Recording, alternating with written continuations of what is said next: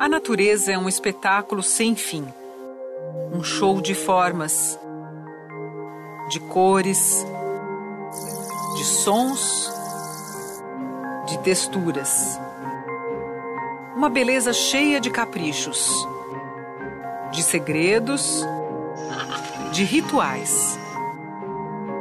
Mas viver é muito perigoso. Exige habilidades, estratégias para se proteger, para atacar, para conseguir alimento, para procriar. E a regra é uma só: sobreviver. Calcula-se que existam hoje no nosso planeta cerca de 9 milhões de espécies de seres vivos, mas pouco mais de 1 milhão está descrita pela ciência. Se ainda hoje há muito o que pesquisar e conhecer, imagine então no século XIX, época em que Charles Darwin viveu. O conhecimento limitava-se a alguns milhares de espécies. A natureza era um grande mistério a se desvendar.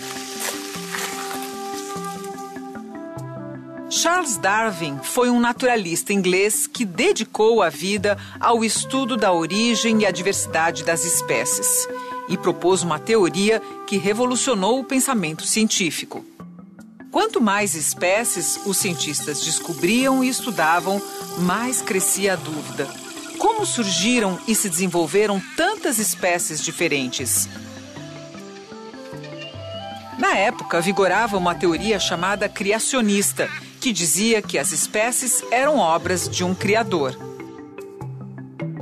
Essa ideia de que existe uma certa estática na diversidade dos organismos. Você tem um criador, você tem uma entidade externa ao mundo biológico que cria todo o mundo biológico de uma só vez. Durante os quase 5 anos em que viajou pela América do Sul, Darwin foi colecionando uma série de evidências que contradiziam essa ideia criacionista. No Brasil, Darwin entrou em contato profundo com essa biodiversidade. Entrou pela primeira vez numa floresta tropical em todo o seu esplendor e se deparou com uma variedade de vida e de ambientes jamais imaginada por ele. Esse espanto dele de sair de uma natureza da Inglaterra que ele conhecia, que ele fazia excursões, mas que ele via poucas espécies de plantas, de insetos. E aqui no Brasil ele chegava no Rio de Janeiro, chegou em Salvador, e ele caminhando dentro da cidade, ele via uma enormidade de espécies diferentes, de plantas, de insetos, etc. Então isso foi a primeira coisa que o impressionou, a maravilha da floresta, da Mata Atlântica. Na Argentina, na praia de Punta Alta, o naturalista encontrou e coletou fósseis pré-históricos de um tatu e uma preguiça gigantes. Essa é uma reprodução de um bicho preguiça gigante da pré-história. Como dá para ver, ele é muito parecido com o bicho preguiça que a gente conhece hoje, só que bem maior. Para Darwin, isso era uma evidência de que as espécies mudam ao longo das gerações e que, nesse processo, novas espécies poderiam surgir a partir das antigas. E os fósseis vão te mostrar que espécies que um dia existiram não existem mais, né? Então esse é um ponto de ligação para o pensamento evolutivo mesmo, o pensamento de que as espécies estão mudando. Elas sofrem modificações ao longo do tempo, mas ao longo de um tempo muito profundo, ao longo do tempo geológico. Isso é fundamental em derrubar aquela questão estática que se pensava antes. As observações de Darwin em Galápagos, um arquipélago de 13 pequenas ilhas na costa oeste do Equador, reforçaram ainda mais suas ideias evolucionistas.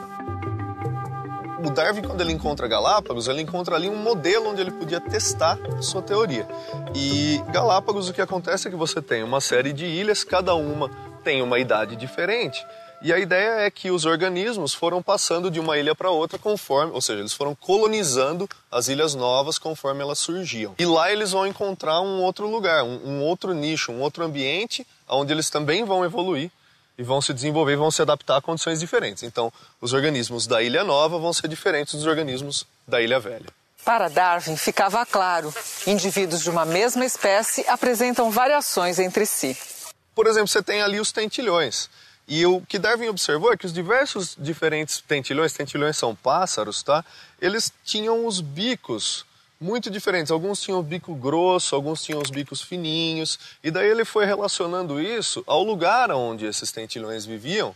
Percebeu que os tentilhões com bicos mais fininhos comiam gramíneas, sementinhas pequenas. Os tentilhões com bicos maiores comiam já sementes mais grossas, que eram mais difíceis de quebrar. Então ele conseguiu relacionar a diversidade morfológica desses organismos, né, dos tentilhões, com talvez uma adaptação ao mundo em que eles precisavam viver. Para Darwin, a tese da evolução das espécies ficava cada vez mais evidente. Outro argumento a favor, o tamanho praticamente constante das populações.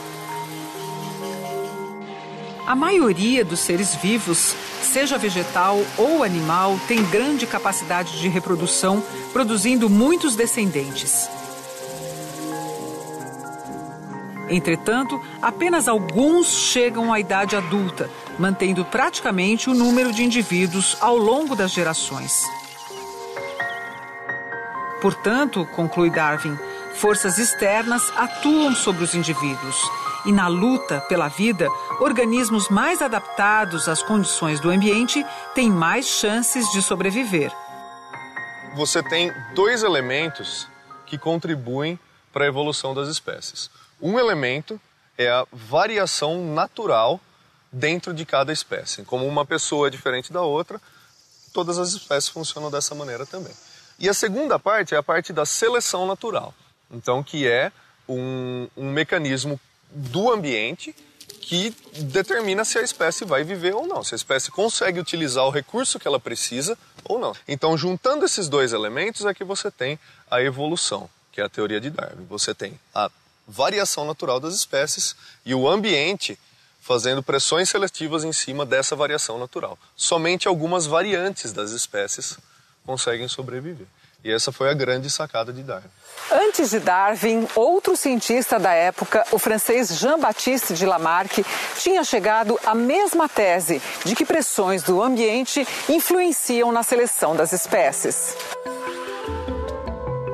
Para entender melhor a questão, vamos a um exemplo considerado clássico: as girafas de pescoço curto e de pescoço longo. Acredita-se que houve um tempo em que existiam os dois tipos de girafas. As de pescoço mais longo levavam vantagem, pois podiam comer folhas tanto dos galhos mais baixos quanto dos mais altos. E as girafas de pescoço curto ainda tinham de disputar os galhos baixos com outros animais pequenos e mais ágeis. Quando começou a faltar alimento, as girafas de pescoço mais curto desapareceram. Só sobraram as de pescoço longo. Lamarck acertou em relacionar as mudanças herdadas com as influências do meio, mas errou na interpretação da forma de transmissão. O principal mecanismo da teoria de Lamarck era a questão do uso e desuso. Ele acreditava que as girafas originalmente tinham o pescoço curto, e isso a gente sabe por causa de fósseis, e porque elas ficavam esticando seus pescoços tentando atingir as copas das árvores, elas iam acabar alongando os pescoços e os filhotes dela iam ter pescoços cada vez mais longos, porque elas precisavam usar o pescoço. Na verdade, Darwin não acreditava nisso. Você tem, por exemplo, uma girafa ancestral que tem o pescoço curto e ela tem 5 filhotes. Desses 5 filhotes, um deles tem o pescoço mais longo, tá? Esse filhote que tem o pescoço mais longo consegue adquirir mais recursos, enquanto os outros não conseguem. Então os outros acabam não sobrevivendo e o filhote com o pescoço mais longo acaba deixando descendentes que também têm pescoço mais longo. A tese da evolução das espécies de Darwin foi comprovada definitivamente com a descoberta dos genes, que são as partículas que transmitem as informações genéticas de pais para filhos. A hereditariedade é o que fecha a tese de Darwin. Então a tese de Darwin, ela depende da herança com modificação. Nada que é adquirido durante a sua vida, por exemplo, se você extrai um dente do siso, o seu filho não vai nascer sem o dente do siso. Qualquer característica que é adquirida, ela não é automaticamente transmitida. Somente as características que são mutações no código genético é que são transmitidas. Quer um exemplo atual de seleção natural provocada por nós, seres humanos? As superbactérias. As superbactérias são resultado da utilização pesada de antibióticos, seja pelas pessoas ou hospitais.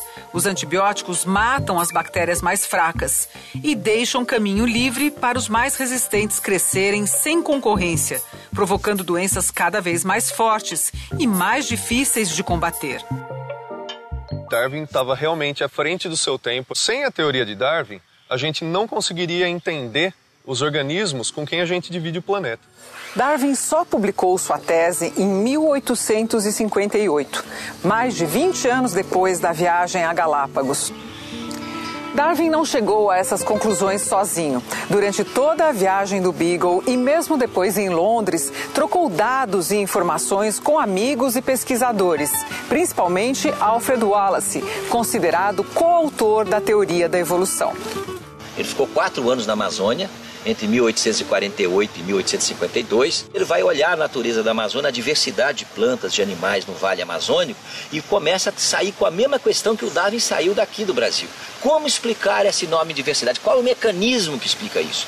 Então essa questão vai se resolver na cabeça do Darwin alguns anos depois e do Wallace, e mais ou menos independentemente e ao mesmo tempo.